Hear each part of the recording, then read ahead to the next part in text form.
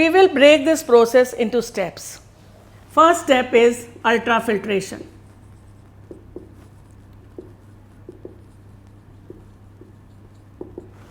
The blood from the renal artery flows into the glomerulus.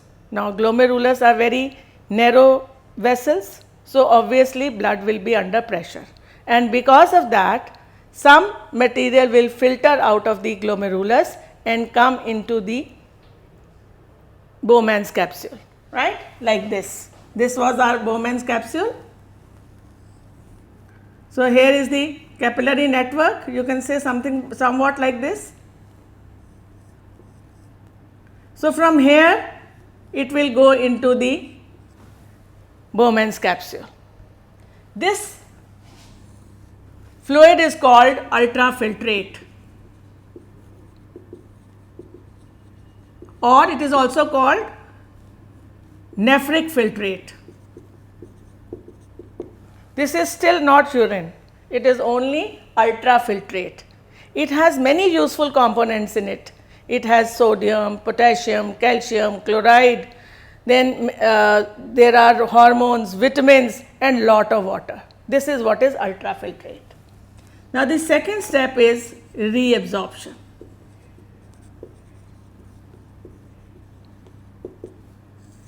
Naturally, we want to get rid of the waste, but we don't want to get rid of the useful components.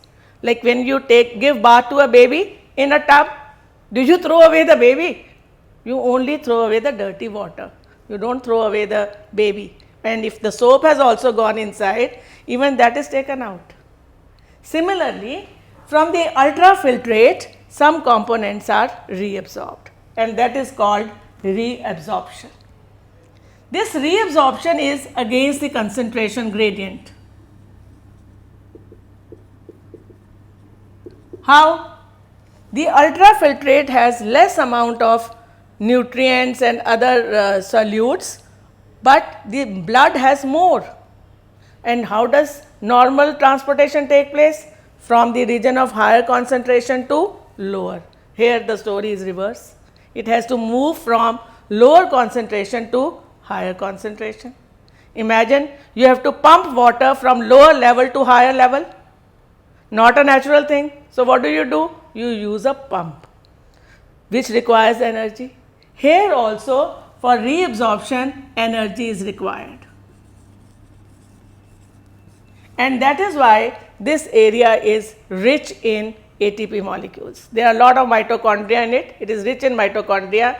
Energy is produced so that the reabsorption can take place, and this takes place in Henle's loop. After this, what we are left with is the urine formation. So, here lot of water and nutrients are reabsorbed. Now, after the reabsorption, the ultrafiltrate becomes very dilute because solutes have been reabsorbed. Now, this ultrafiltrate is dilute, but the blood is less dilute. Blood is hypertonic while ultrafiltrate is hypotonic. So, water also moves. So, you can say the reabsorption is in two stages, first that of solutes and then that of water. Solute reabsorption is by active transport and the water reabsorption is by osmosis. Then towards the distal end also some more waste products are poured into the distal end by the blood capillaries, and finally from the distal end the urine comes to the ureter, then to the urinary bladder where it is stored. So, this is how urine is produced. So, you can imagine how important a kidney is. Unfortunately, we have two kidneys. So, even if one kidney is damaged, the other one can take over. So, a person can survive with one kidney also. But in extreme cases, that is when both the kidneys are damaged, then what do? Again, medical science has really advanced. There can be transplantation of kidney. Another, there can be a donor person who can donate kidneys. and usually it is better to be a family person.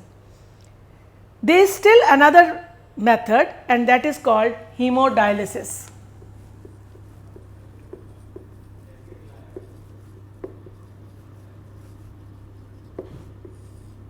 See, remember this A in dialysis, because sometimes we just write dialysis and miss out this A. It is dialysis. Hemodialysis is also called artificial kidney.